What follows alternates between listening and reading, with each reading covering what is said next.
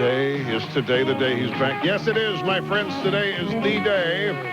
2 weeks to the day that I, your host, El Rushball, the all-loving, all-caring, all-concerned Maharashi, return to the golden EIB microphone. Happy to be back, as I know you are happy to have me back. 1-800-282-2882 is the number if you'd like to be on the program today.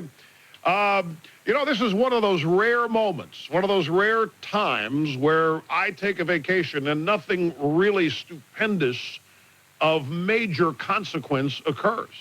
And that generally is going to occur over the Christmas holidays, the New Year and Christmas weeks. Not much is going to happen, and it's why I feel relatively safe in taking my 2-week block at that time. And it turns out that that was the case today. Not a whole lot to talk about in the past 2 weeks. Now, and in my mind, now, if there's something out there in the past 2 weeks that you just can't come to grips with without hearing what I think about it, then, of course, my friends, feel free. Mr. Snerdley, I am hereby ordering you to expand the universe of potential discussion items to include things that might have happened in the past 2 weeks.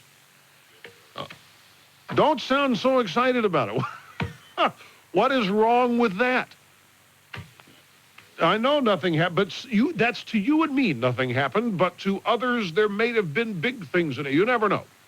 Just use your best judgment, guided by your intelligence and experience, Mr. Snerdley, in determining who it is that'll get past our stringent screening procedures as we inaugurate 1998. Somebody sent me here today, I guess it's Cookie, sent me via email on my office computer a newspaper story of 1997 predictions that didn't pan out. And one of them was, I guess from these psychic types, and one of these predictions was that Barbara Streisand was going to convert me to bleeding heart liberal during the course of 1997. I never knew that prediction had been made. Obviously, it didn't happen. And as far as I know, Barbara Streisand did not make even one attempt at so doing. There are some things that we're going to discuss today. We're going to discuss the president's presentation of the balanced budget that he wants to get 3 years early. Tobacco, president has interceded again here or injected himself in the tobacco issue once again. And it's a see, I told you so, in the sense that these tobacco prices and taxes are going to go up, which shouldn't be a big surprise. But we're still going to call it to your attention because it'll give me the opportunity to say, see, I told you so. James Glassman today in the Washington Post with a column that echoes the sentiments that have been expressed on this program for the past 6 months. And it basically is a column explaining why nobody cares about politics right now, why politics is not high on anybody's list, and it has to do with the fact that people are happy. And they're happy because there are economic good times, and they don't want to be bothered with things that might bring them down. And I'm going to get into he's got some polling data that go along with his assertions, and we'll get into that in some detail, too. What is it with skiing, ladies and gentlemen? Here we have, in less than a week, the death of two prominent, famous Americans, Michael Kennedy, and last night in Northern California, at Heavenly Valley, Sonny Bono. Both of them died after skiing into trees. And it's, I'll tell you, the Michael Kennedy situation was, as I watched the coverage, there were two things that struck me about the Michael Kennedy death, and one of them is this. The press, I thought, was amazing. Now, you remember Michael Kennedy had an affair with his babysitter. Now, we were told at the time the babysitter was 14, which would, of course, make her a minor. We're also told that the babysitter was a dead ringer for Alicia Silverstone. Now, to those of you who know who that is, it means something. I don't. I mean, I know who she is, but I can't tell you. I wouldn't know her if I saw her. Um, but I guess yesterday, Kathy Lee Gifford on her live TV show with Regis Philbin said that the babysitter was 16, not 14, which made her legal in Massachusetts. The age of consent is 16. So therefore, it's not as bad as it was. Just some observations. What struck me, and I've been watching a little bit of the Sonny Bono coverage, and they haven't gotten to this point yet on the Sonny Bono coverage. I don't know if it will assume the same timber that that the Kennedy coverage did, but it really struck me that here we had a man who had been accused and admitted to having an affair with his babysitter earlier this year. And there wasn't a whole lot of condemnation of that in the press. If you recall, the press's primary reaction to that was, "Oh, how sad. This is for Joe Kennedy. This is taking Joe Kennedy's gubernatorial run now off the table. It's so bad that this happened. It's terrible. It's most unfortunate that this had to happen to Joe Kennedy, even though Joe Kennedy didn't do anything here in this case. It was Michael Kennedy. Then we have his tragic death playing football in Aspen on a ski slope.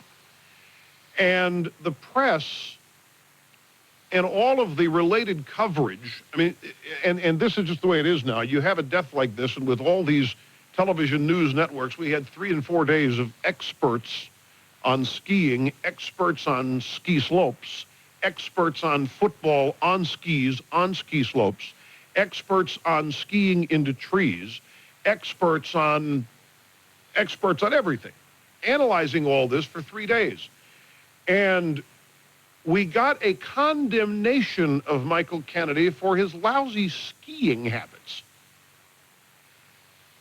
On the one hand, to have an affair with the babysitter, to be bopping the babysitter, well, it's just, it's unfortunate that it had to happen because it ruins Joe Kennedy's chances of being governor. Isn't it a shame? Gee, but there was no condemnation of that I recall. There was just sort of, oh, how unfortunate for the Kennedy clan once again. But now, with Michael Kennedy skiing into the tree, we had all sorts of people condemning his skiing technique. And I thought, what a curious way to look at things. What of two things here to find objectionable in the way one lives one's life, to find more objection to skiing and playing football on a ski slope at the same time than in bopping your babysitter. I was just, I guess I shouldn't have been surprised. I was just a little bit amazed at it. The second conclusion that I came to was, based on all this coverage with all this judgmentalism, it's good to finally get some judgmentalism, by the way, out of the press. I think we can all now conclude that it is wrong in America to play football while skiing. We not assume that. The press was, and all these quote-unquote experts were very, very firm in their resolve on this one. It is not good, my friends, to play football and ski at the same time. We finally got a judgment on whether something's good or bad, right or wrong, correct or incorrect from the press. Not bopping a babysitter, by the way, but skiing and playing football at the same time. It's a definite no, don't do it. Fastest way to lose respect of your friends and the press is to play football and ski at the same time on a slope in Aspen, Colorado.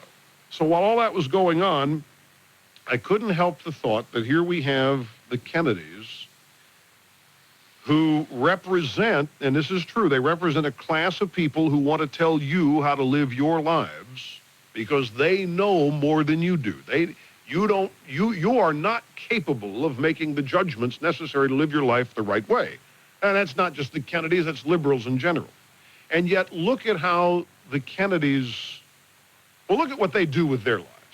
I mean, there's certainly no leading by example here, which, of course, is also a fundamental tenet of liberalism is. You do as I say, not as I do. We're going to construct a bunch of rules for you serfs, and you live the way we tell you to live, but don't watch us. We're going to exempt ourselves from our own rules because the rules actually stink, and we know that, but we're above them. We're not going to live our lives that way. It's unfortunate that it had to happen. And I'll tell you this. I was watching, I don't know what it was. It was either PMSNBC or CNBC at night. I forget which it was. Somebody actually found a soccer mom type woman who saw the Kennedys playing this football game on the Aspen slopes while they were skiing. And this woman said, "Oh, I wanted to play with them. It looked so much fun. I wanted to go out there and play." And wow. Even now, with the story of such ramifications as the death of Michael Kennedy, we still had people clamoring, doing whatever they could to be part of the story, thanks to the amplification and the proliferation of all these new news networks. Now, something else that is apparently got the attention of the press, and I don't know if it's got yours or not. It does mine to an extent, only because I think there's some fascinating things here to conclude, is this picture of the president and his wife dancing on a public beach in the Virgin Islands. And would somebody tell me, where was the music? Were they piping in music via the president's new hearing aids? Where was the music? The music was in their heads? Is that what it had to be in their heads? Dancing to an internal rhythm. Now, the idea, ladies, that McCurry is upset. The president is trying to cover both bases. He thinks his privacy was invaded, and he wished they weren't there, but boy, does he love the picture, he says. We'll let you hear some of the contentious wrangling that has gone on between McCurry and the press here in just a second. But, you know, there's so many precedents for this. The arranging of stones on the beach at Normandy into the shape of a cross, a staged photo op. Anybody who thinks this wasn't a staged photo op is just got to get their head clear.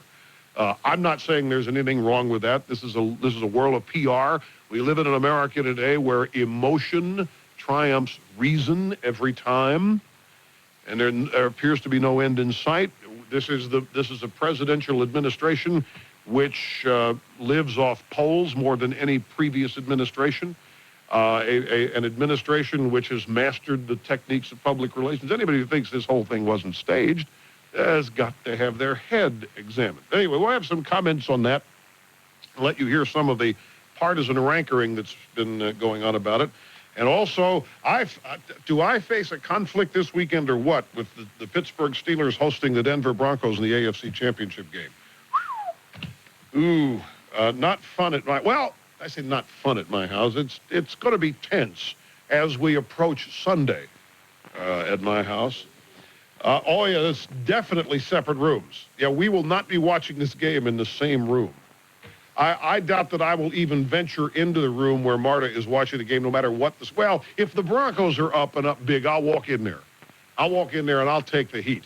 But I have been told already, don't give me any heat, no matter what happens. Don't tease me. Don't do anything, because this means so much to her. This is her team, the Denver Broncos. And by the way, I got friends on all four of these teams. I mean, I'm truly conflicted, not just with the Broncos and the Steelers, also the Packers and the 49ers. So this is the trouble with getting to know people.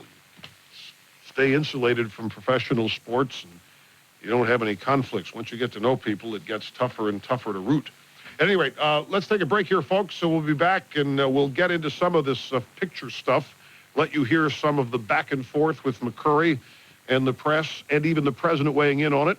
1-800-282-2882 is telephone number if you'd like to be on the program. We'll be back in just a sec. You're listening to the EIB Network.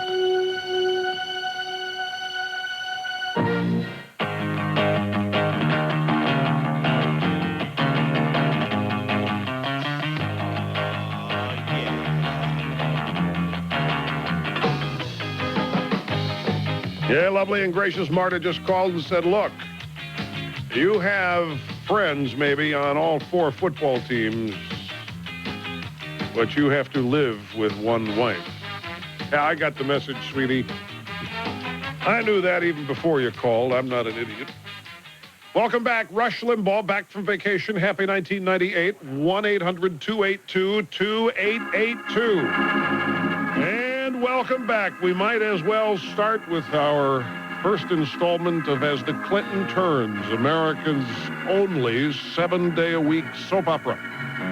Now, in today's episode, ladies and gentlemen, the arousing yet roguish president is filmed dancing along the beach with his brilliant yet domineering first lady, also sometimes his wife. His fiercely loyal yet cranky press secretary attacks the media for violating the president's privacy on a public beach. Has the media overstepped its boundaries? Was the incident a staged photo op or an invasion of paparazzi? Does the dashing president receive dance music beamed through his high-tech hearing aids? Where was the music? What was the music?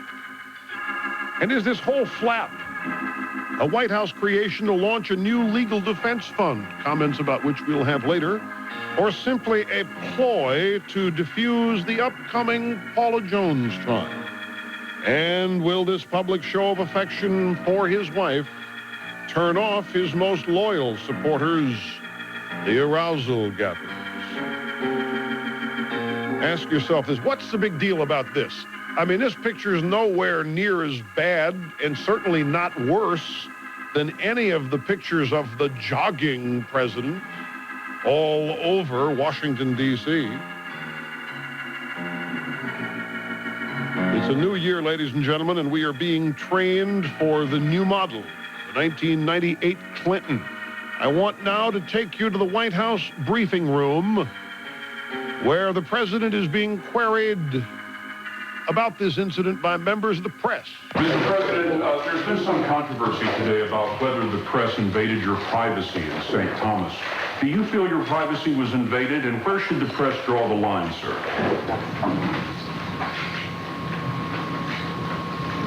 The answer to the first question is yes. The answer to the second question is that's when we have a First Amendment. You get to decide the answer to the second question. But you didn't like the dancing picture? Everybody liked it. actually, I liked it quite a lot. But I didn't think I was being photographed. Was it off limits, sir? That's a question that you have to ask and answer. What do you mean by that? It's a question you have to ask and a question you have to answer. Was it off limits? And now here is Mike McCurry at his daily press briefing, again going at it with reporters over this incident. We try to work in an amicable environment where we help you do your jobs and you respect certain ground rules that we set, and that didn't happen in this case. There's not much of anything we can do about it, but that's the fact. Are you upset? I am. The president obviously is not, but I am. Mike, why are you upset? It's a public It's hard to do work, John, in this environment that we work in, if you guys want to, run your own game. And, you can, and then we'll have the predictable response, and then everyone will suffer as a result. What's the predictable response? That we just get, we're not as friendly and as useful to you as we need to be. Oh, come on. What's the big stink about this anyway, really? What is it about this picture that so bothers anybody? This is no different than an inaugural dance photo. The only difference is they're wearing swimsuits and they're on a public beach. What is the big deal here? I mean, the fact that a big deal is being made out of this is part of the program. It's designed to get people focusing on the president dancing with his wife, and that there was somehow an invasion.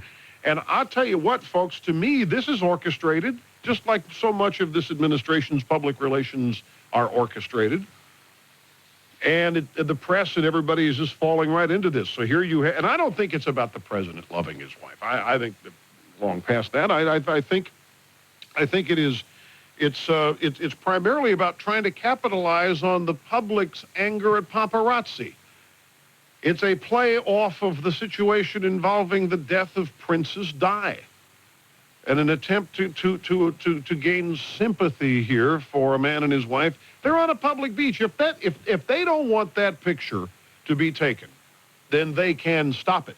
The Secret Service is around. The Secret Service can be told to keep photographers away. They can be told to stop the photographers from taking pictures. Hell, the Secret Service has charted people off for having said something offensive to the president. So they wanted this to happen, is the bottom line. We'll take a break. Be back in a moment.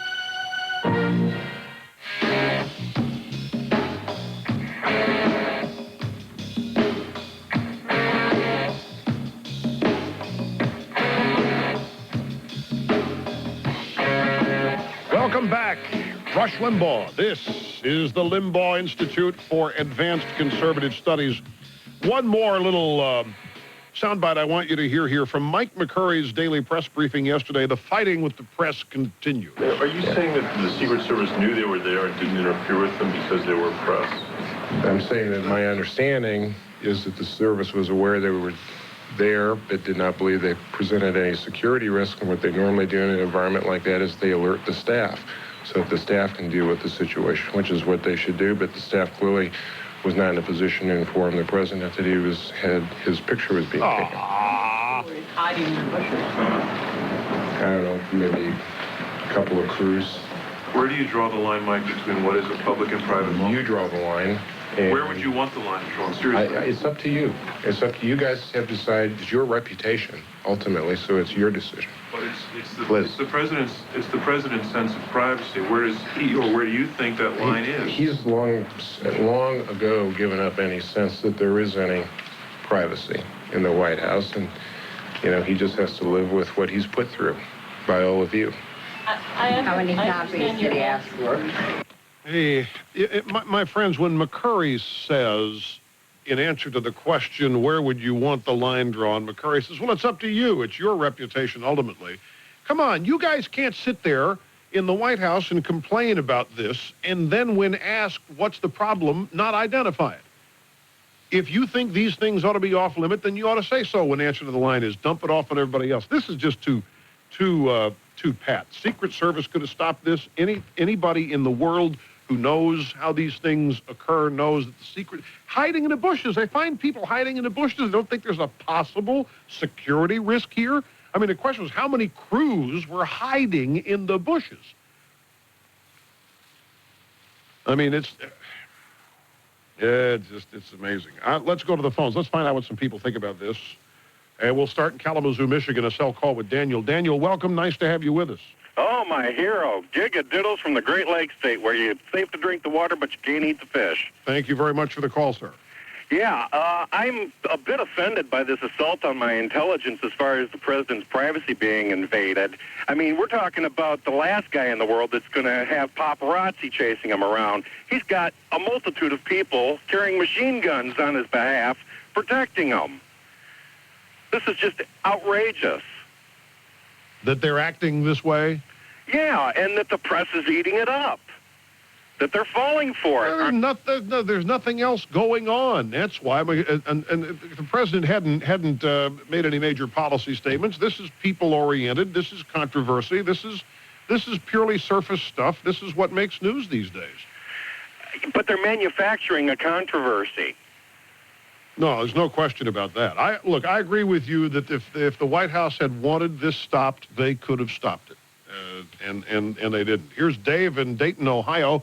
You're next on the Rush Limbaugh program. Hello. Hey, Rush Megadittos. Thank you, sir. Hey, I think on the reason that the Mike McCurry's upset is not because the president didn't like it. I think it's that the first lady didn't like it. I think that that she may have viewed that as not being a flattering photo op. And that's why they're upset.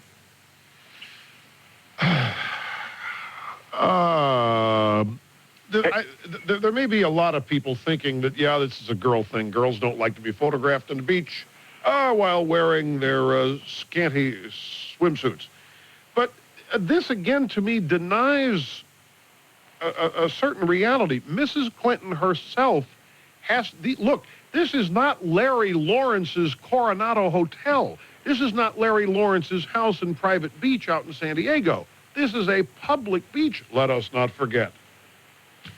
Well, and that doesn't apply to them, though, Rush, because they're the first family.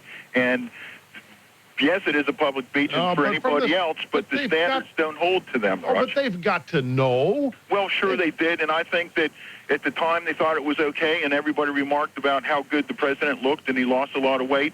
And I think as a secondary fact that maybe Mrs. Clinton looked at that and decided that maybe she didn't look that good. I don't know. It's just all conjecture. But oh, how sexist a comment. I knew that was going to happen before this hour was up. Well, I didn't want to disappoint you, Rush. Well, thanks for that. I appreciate it. I got to disagree with you, though. Mrs. Clinton's no bumbling fool on matters like this.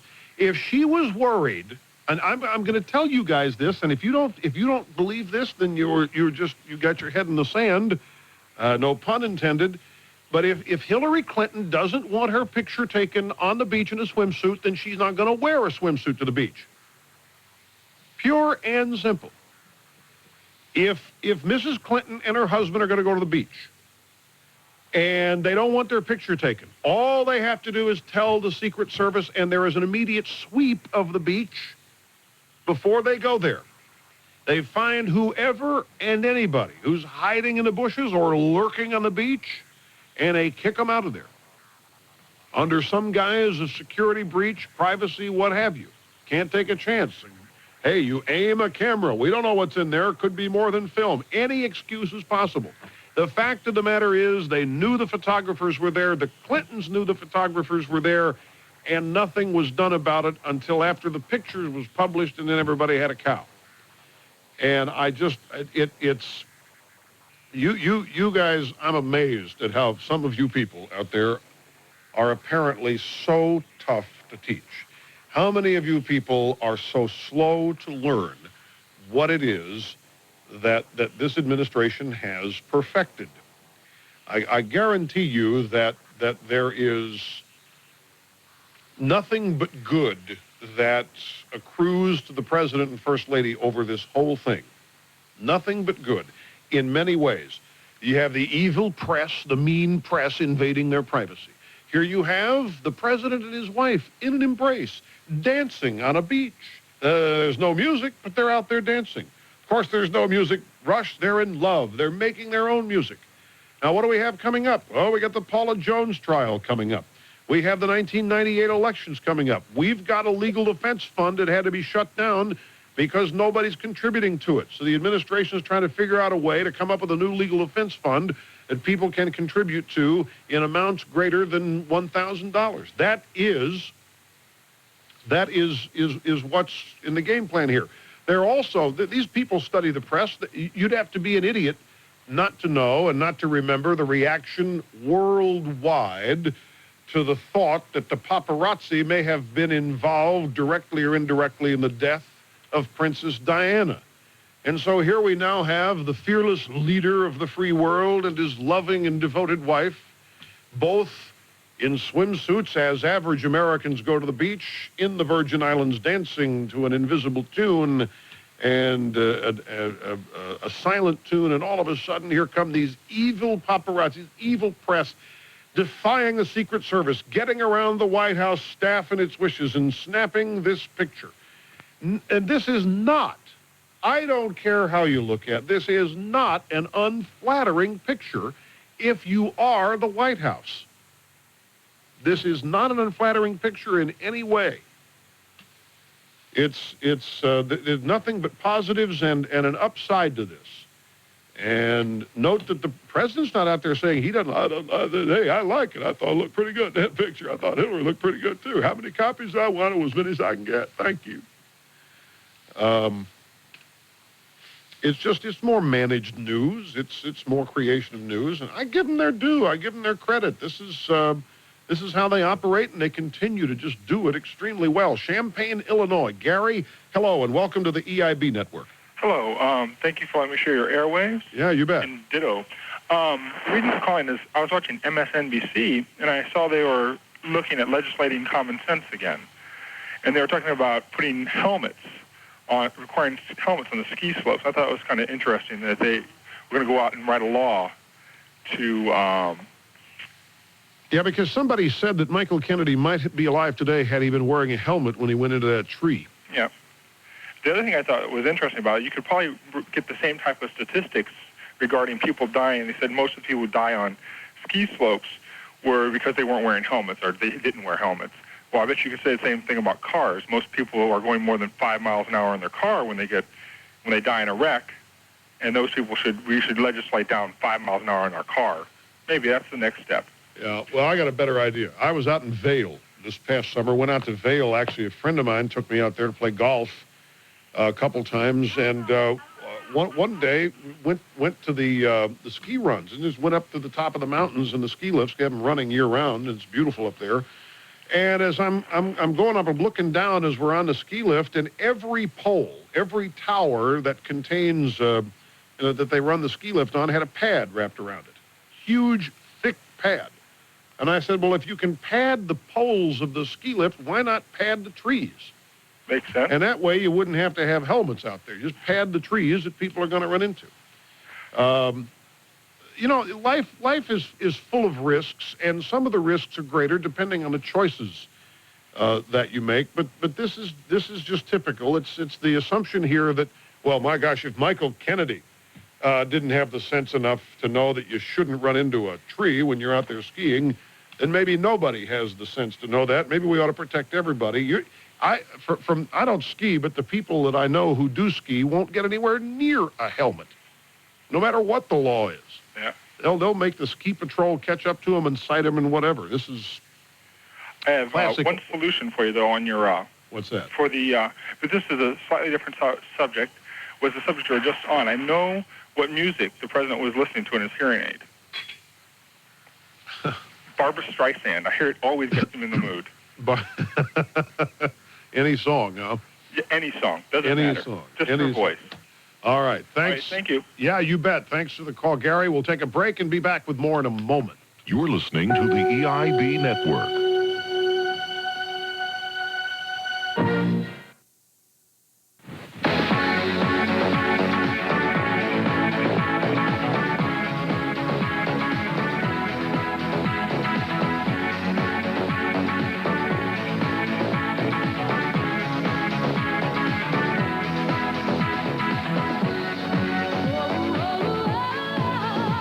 On the cutting edge of societal evolution, El Rushbo to Monument, Colorado. Steve Hyde, glad you called. You're up next.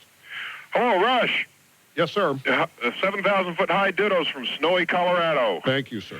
The win the Broncos had this last weekend has gotten all of Colorado here buzzing. They beat a team who destroyed the 49ers, another one of NFL's best. And the point I wanted to make is the Broncos can beat any team in the NFL if they play 4 quarters of real football, and they are now playing 4 quarters of real football. So what are you saying, sir? What are you saying? They have the elements to go all the way. They have great team players, and they got rid of those ugly orange jerseys. So you think the uniforms are making a difference? They're prettier to watch. I'll tell you what, this weekend is a toughie because as everybody knows, for most of my adult life, the Pittsburgh Steelers have been my favorite team in the National Football League. And I have to tell you, there's one team in this Final Four tournament that's coming up Sunday. There's one team, and I don't know anybody, and that's the Pittsburgh Steelers. I've met Dan Rooney, their owner, and some members of the Rooney family, but I don't know anybody else. And I've met them. I don't really know them. I don't know anybody who plays for the Steelers. But I have friends on the Green Bay Packers. I have good friends on the San Francisco 49ers. And I have tremendous friends in the Denver Broncos. Now, in my house, I've got Marta, whose favorite football team her entire life has been the Denver Broncos. There's a football team she dislikes with a passion more than any other team in the NFL, and that team is the Pittsburgh Steelers.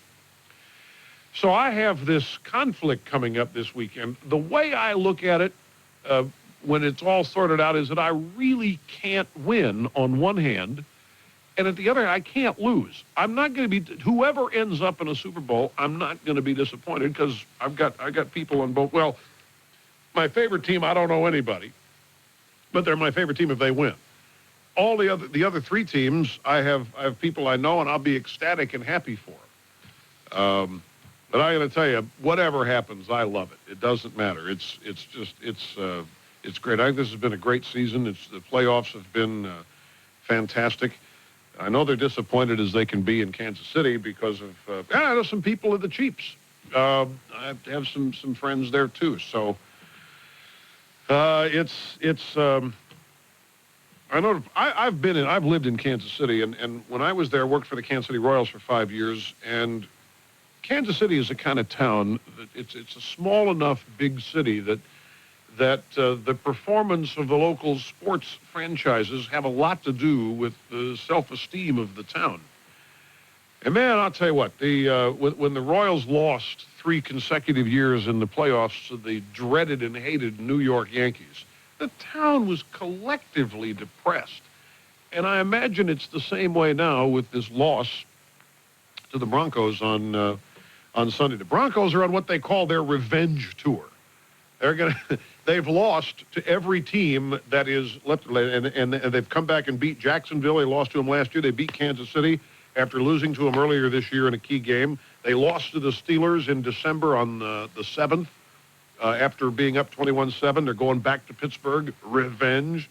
And, of course, if the Packers beat the 49ers, then they lost to the 49ers in a Monday night game on the 15th of December. So they're looking at this as their revenge tour. I think they're going to be on a confident roll in Denver, showing themselves they can win on the road, doing it, as the guy says here, playing all 4 quarters.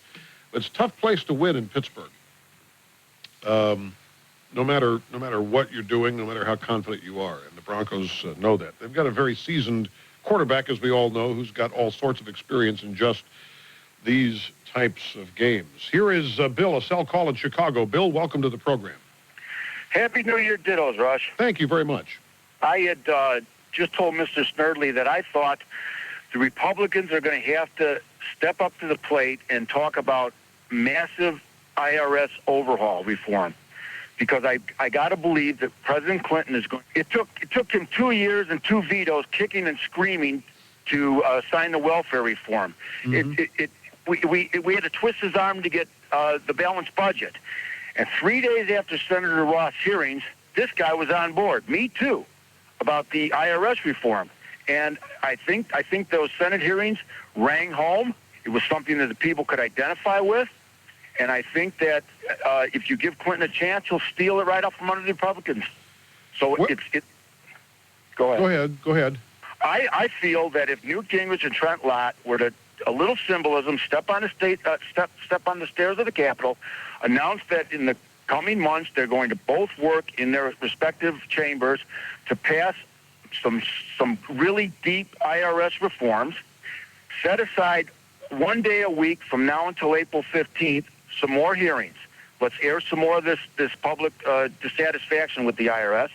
And then on April 15th, get every single Republican in the Senate and House to stand on the steps, like they did with the contract, and announce that they are going to put something on Clinton's desk that is going to be meaningful, that is going to be deep and sweeping, and then on 98, run on that successful IRS campaign. Well, that could be interesting, especially with what Clinton had to say yesterday about advancing the balanced budget to 1999 instead of waiting for the year 2002 to do it. And that presages an argument that is we've all known is waiting in the wings. And this argument is going to be fascinating because it's going to not know party boundaries. It's not going to know ideological boundaries because you're going to have factions in all parties who are going to disagree. And that is what to do if there is a surplus, what to do with it. Do you spend it? Do you cut taxes? Or do you retire the national debt? And in the Democratic Party, you got all 3 viewpoints. In the Republican Party, you got all 3 viewpoints. The president yesterday kind of made it clear what he thinks, and that is there aren't going to be any tax cuts. None any major tax cuts. And he's already, I'm going to let you hear it. He mowed down supply side economics. He went back to the 80s and blamed the 80s for these deficits that nearly ruined us. And we can't let that happen again. And how did that happen? That happened with tax cuts. Oh, no, we can't have that. You might have seen a headline in the newspapers yesterday. Republicans are proposing tax cuts, and everybody's reaction, tax cuts are dangerous.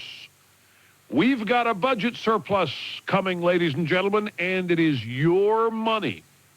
And it is being said again by the liberal elite that it is too dangerous to leave you with your money. We got more on this in the next hour. Stay with us. You're listening to the EIB Network.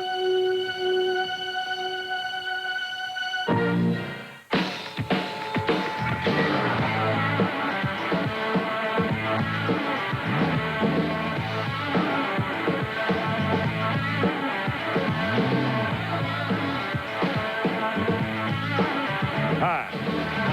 How are you?